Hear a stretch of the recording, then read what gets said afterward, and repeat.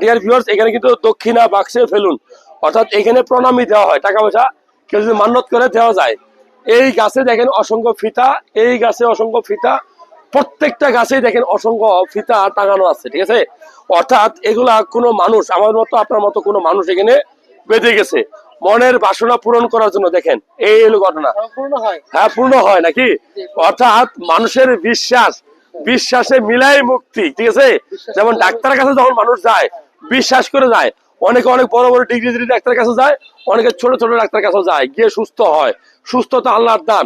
তবে এই যে ফিতা এটা প্রমাণ করে মানুষের মনের বাসনা পূরণের জন্য এই ফিতাগুলো বেঁধে গিয়েছে।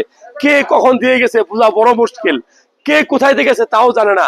এই একটা গাছ, যে গাছটা শত শত বছরের পুরোনো গাছ, এটা দেখেন এই নামটা হলো তমাল গাছ। এই গাছটার নাম কি? তমাল গাছ। এই গাছটা বিভিন্ন জায়গায় পড়ে দেখেন ডাল থেকেও আবার গাছ জন্মগ্রহণ করছে।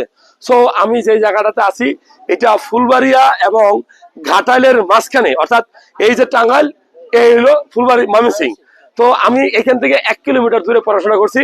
এটা আমাদেরই অঞ্চল, আমরা ঘাটাইল ফুলবাড়িয়া আসলে এই জায়গাটাকে নিজের মনে করি। তো এই ভিডিওটা যারা দেখলেন, এই গাছটা যারা দেখলেন, এত বছরের পুরনো একটা গাছ, ওই গাছটার দেখার সৌভাগ্য কিন্তু সবার হয় না। এটা